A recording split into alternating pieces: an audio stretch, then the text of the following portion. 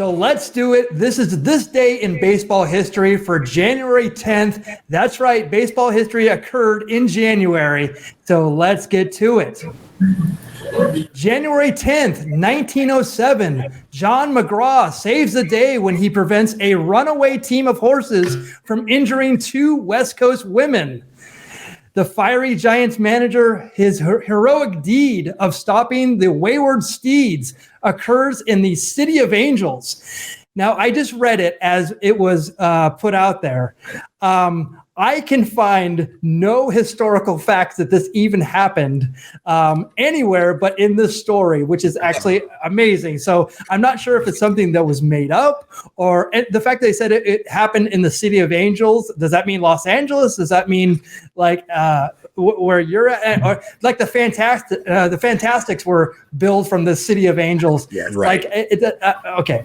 So the thing that's okay. So he stopped these horses from trampling some women. But the thing that I want to talk about is not so much that. I want to talk about what's below this picture. So this picture is actually head to toe. And I'm going to show it to you right now. I'm going to show you these kicks. Wow. Now, are these spikes? Or are these dress shoes? These are dress shoes.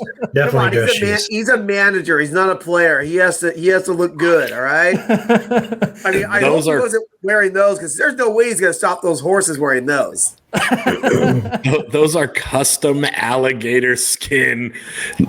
Wow, look at that. Yeah, so it was just funny because that's the first thing my eye went to. Not his heroic deed or his baseball thing. I'm like, are those dress shoes that he's wearing? You have to know. Well, you know what? Here at the Baseball Brew Crew, we ask the tough questions. Yes. We bring you the hard-hitting journalism. Are they spikes? Are they dress shoes? You make the call. You make the call. Kevin, what was your question? I was. Do you have to know what time frame this photo is actually from? Because John McGraw never looked young. He looks older here, though.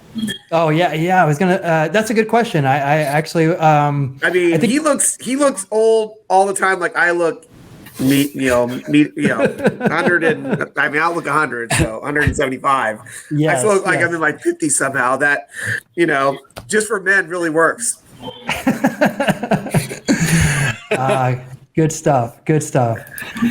January 10th, 1928, Giants owner Charles Stoneham, displeased with Roger Hornsby's abrasive style and gambling habits, trades his second baseman to the Boston Braves for catching prospect Shanty Hogan and journeyman outfielder Jimmy Welsh.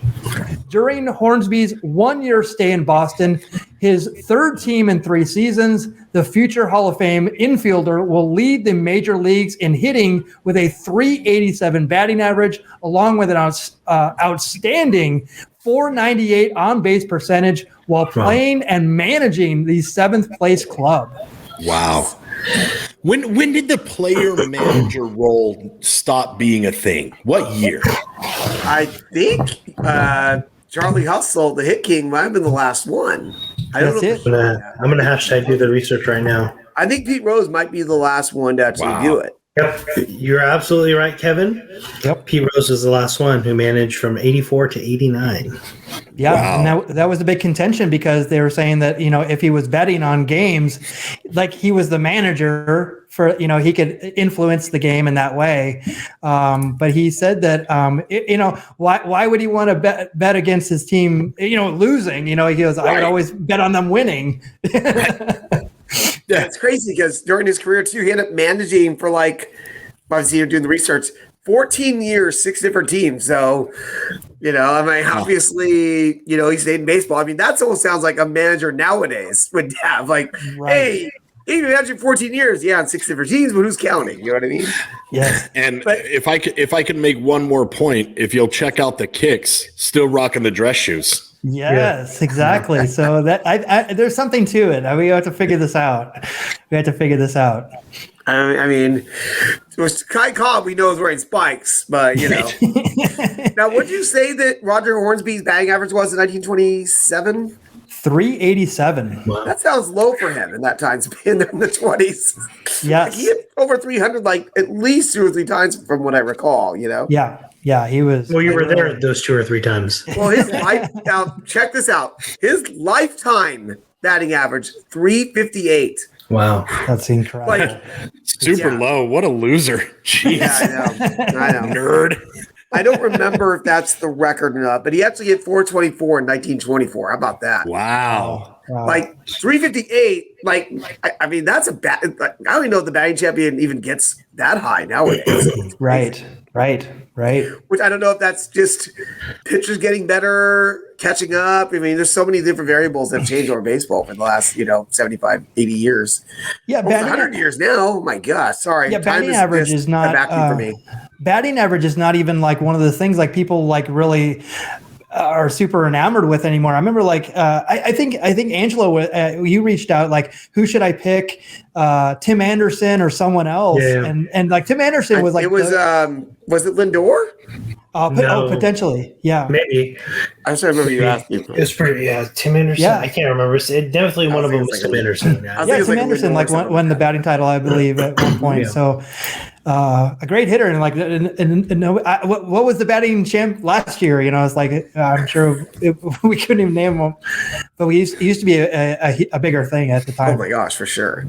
It's crazy too. Is the last thing is that that record, that 358, isn't even the all-time record. Like Ty Cobb's lifetime batting average is 366. That's crazy. Nuts. Crazy. So January 10th, 1950, the Philadelphia Phillies officially abandoned using the nickname of Blue Jays, a moniker that never caught the fancy of the Philadelphia fandom. The unpopular choice selected in a 1944 contest from 634 entries received and over 5,000 letters from every state included the Bell Ringers, Keystones, Minutemen, and Valley Forgers appeared as a logo on a sleeve patch for the following 2 seasons. So, I mean, who knew that they were the very first Blue Jays? Huh.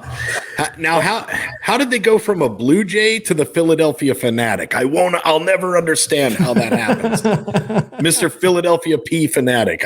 I'll never get it. Well, it looks like this Blue Jay is taking his revenge on that Philly cap. I mean, he's just like pooping the ball out. That's true. It's either that or Dave Winfield is throwing the ball at that Blue Jay. I don't know which it is. Yeah, these were the I looked up the logos at the time, and these were the logos. That was the best they had in the 50s, huh? I guess so. Yeah. Well, hey, Phillies, they can't all be winners. So this is a very interesting one that I'm sure Kevin, you'll know this man very well. Oh no. Oh my gosh, January 10th, 1957, Commissioner Ford Frick allows Bing Crosby, part of an 11-man syndicate that made a successful bid to buy the Tigers, to keep his token stock in the Detroit club, although he is part owner of the Pittsburgh Pirates. Wow. The famous singer who became one of the Pirates owners in 1946 presently has 16% of the share of the Steel City Club. I had no idea that Bing Crosby owned 2 teams at one time. And I didn't even know he owned 1 team, let alone 2. I love that you said syndicate. And I'm like, whoa, what is Bing Crosby up to? You know what I mean? Obviously, shenanigans here. I mean, come on. You don't get away with wearing a bow tie like that unless you're into some shenanigans and syndicates. So, Angelo, do you know who Bing Crosby is? I do know who Bing Crosby is. Do you really? Angelo's a singer, man. What do you know him from?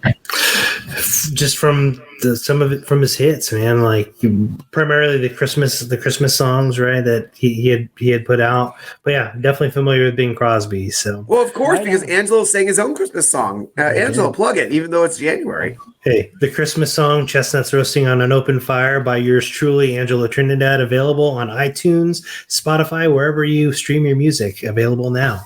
There you go. Nice. And when Angelo's singing, it's always Christmas time, baby. That's So right. what time is it when you sing, Jack? The best time you'll ever have in your life. I mean, I know that's true. Well, rapping's even better. Well, for those who don't know who Bing Crosby is, he was a singer and actor and one of the most popular and influential music artists of the 20th century worldwide. He made over 70 feature films and recorded more than 1,600 songs. He was a leader in record sales, radio ratings, and motion picture grosses from 1926 to his death in 1977. One of his last appearances was a Christmas special taped in London in September of 1977 that aired weeks before his death. They also, and I remember this because I think it was 1982 on MTV, they played this video and it got super popular at the time. I didn't realize it was from like 77. So he actually has a bit of pop, and this is right at the end of his life. He had this huge Bowie was career. And Bowie's gigantic at this time span. And then for people who may not be as familiar with Bing Crosby, there's a modern recreation of this. Are you aware about this, Michael? Mm-mm. There's a modern version done with. Okay, you know what I'm talking about now? I do. It's Will Ferrell. I don't remember if Will Ferrell's playing Bowie or Crosby, but is it John C. Reilly? Yes, it is. Yes. Well, they do.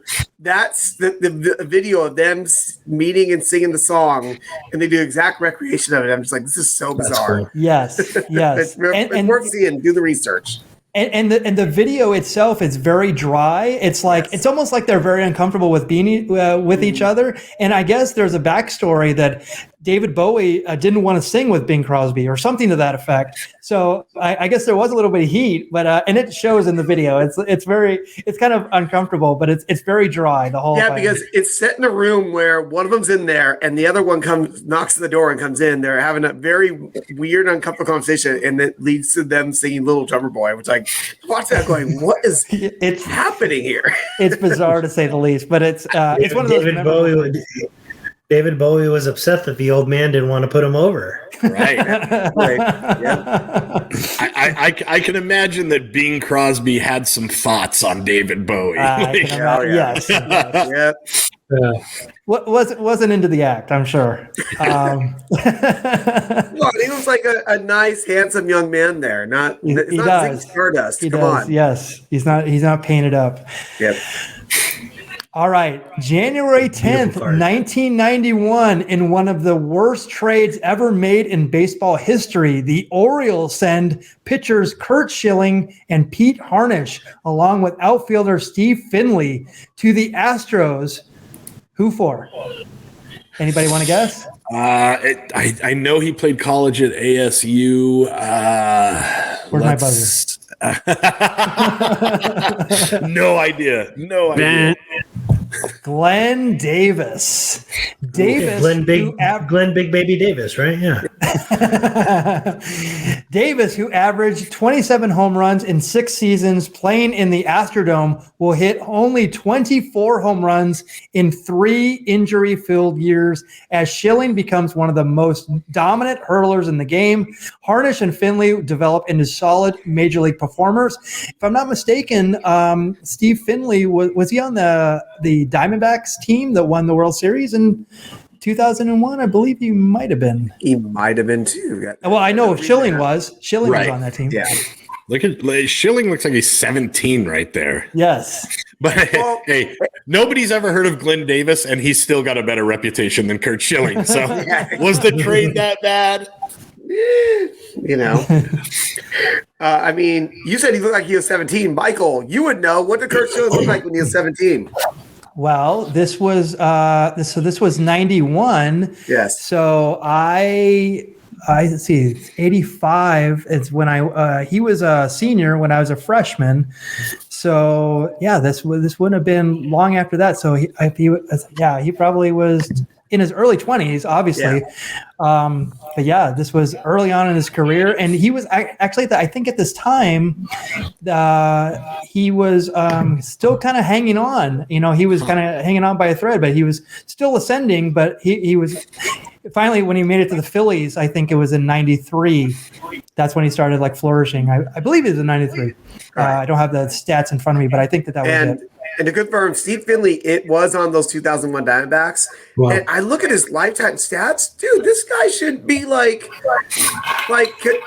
not just thrown out about Hall of Fame consideration. This guy got 2,548 hits in his career. Wow, who would have? Wow. That's more than some Hall of Famers, to say the least. And I don't mean just pitchers. I mean position players. You know what I mean? Yeah, that he had 1,167 RBIs. I was trying to see if I can find a lifetime batting average, but I don't see that here when I'm just really quickly doing the research. But got played a really, really long time. So and you don't get 2,500 hits without being a stalwart in baseball. Yeah, and Pete Harnish, I remember being a good pitcher as well. So yeah, he was good for a while. Yeah. Yep. All right. So January 10th, 2002, Yankees signed White Sox free agent southpaw David Wells to a 2-year, $7 million contract to rejoin the team after trading him in 1999 to the Blue Jays, along with Graham Lloyd, Homer Bush, and Roger Clemens. For Roger Clemens, that is.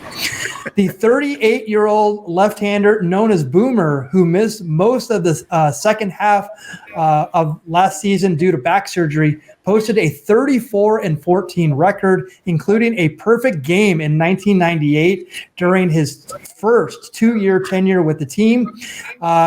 And he's better known for a book that yeah. Oh, Kevin. We broke Kevin. Is it safe to say that you don't have to ask him twice? No. Great callback. Oh man, I got to plug back in. Yeah, so he wrote a book, and it's incredible. And man, come on, let me do the plug ski. You got me a heads up on this. I got to do the plug ski. You know what I mean? Book. I didn't know this book existed, but by the name of it, I'm like, I had to buy it. Unfortunately, I still have. Maybe I should just open up and read a passage, but it's called Perfect I'm Not. Boomer on beer, brawls, backaches, and baseball. It sounds like Cowboy Jack's story otherwise. Yeah. You know what I mean? Yeah. Because I'm definitely sure he has many of all those things, except baseball. He didn't play baseball much until later in life. I saw him play baseball once, and he was magnificent to say the least. Like the Bambino. I think my one at bat, I had 2 bottles of beer in my back pockets. I had a cigar in my mouth, and I was playing shoeless. So yes. Hey, and I got to second, baby. All right. You did stand up. Natural born he's athlete. talking about he got the second after the game is what he's talking about. Right. Yeah, not during the game. That was the after game. Yeah, so we actually have a bookstore. If you go to beerbaseball.com/books, and if you want to buy this or other books that we've talked about on our podcast, we get a little kickback, and you get to learn about all these awesome things that we talk about. And Kevin, yes, sir. He David Wells was a very colorful player, to say the least. Yeah, you want me to read a little passage from this? Please. I just opened up the book to a random page. Okay. I don't know if I can read all this, but it looks like I'm going to just start this into this case here. All right. I don't know what year this is. I don't know anything else, but I just opened it up to a random page. Here we go. The photo on this page, by the way, can you hold me for a second? Sure. Just so you can see the photo on this page. It is a picture of him getting the key to the city from, that guy. Yeah, that guy. That mayor of New York, who nowadays is not very well beloved. That's Paul Giamatti, right? Is that his name? Right. Yes. The guy from Sideways, right? And Private Parts. Pig Vomit. That's it. I mean, same, right? All right. 8 innings into a home game against the big spending, bottom dwelling Orioles. We're down 5-4 of Armando Benitez on the mound and 2 runners on base. Bernie Williams is at the plate, and with another high pressure moment in front of him, Armando blows it again. And I like it's italicized. This time he feeds Bernie a letter high cantaloupe of a pitch that practically explodes when Bernie connects. 3 seconds later, we Yankees are up 7-5 with Tino at the plate. First pitch from Benitez, neck high and way inside. Tino bails, but ends up taking the pitch right between the shoulder blades. He goes down hard. You. I can't swear. Sorry, sir. Daryl Strawberry yells from the duck. Oh, I'm sorry. I didn't give proper context. I saw the F word. Like, all right. So the you. Daryl Strawberry yells from the dugout, and he sprints for the mound with Chad Curtis in tow. Benitez drops his glove and gets ready to rumble. The bench is empty, and just like that, we've got a slobber knocker at the pitcher's mound. Daryl dives in. Paul O'Neill roars. Benitez charges at Straw, and now it's time for yours truly to teach this jabroni a lesson. At the edge of the infield grass, I intercept Armando's attack, grabbing Benitez by the neck and squeezing just hard enough to make reliever juice, whatever that means. Eyeballs bugged out. Armando ain't going anywhere. Let me go, he's screaming at me. Let me go. I fail to honor that request. Meanwhile, Benitez out of action. Orioles pitcher Alan Mills weasels his way into the pile and punches Daryl in the face. Sticking and moving, Mills is heading for the hills long before Daryl has any chance to return the favor. In the end, Benitez gets a fat 8-game suspension and a $2,000 fine. Daryl and Graham Lloyd, who you just mentioned, each get clipped for 3 games and $1,000, while Jeff Nelson and Alan Mills each take a 2-game beatings and a $500 fine. I don't know what and there's something about a perfect game error is wiped off the mat. I don't know what that is, but I just want to read that little tidbit. I literally opened it up and I saw that, and I'm like, let's see what this is. I just saw something about Benitez getting grabbed by the neck. I'm like, all right, that's the kind of stuff you can get in this book. Go to beerbaseball.com. And I think we have the book. Guys, we might need a hazy history on David Wells. Right. Yes. Hazy.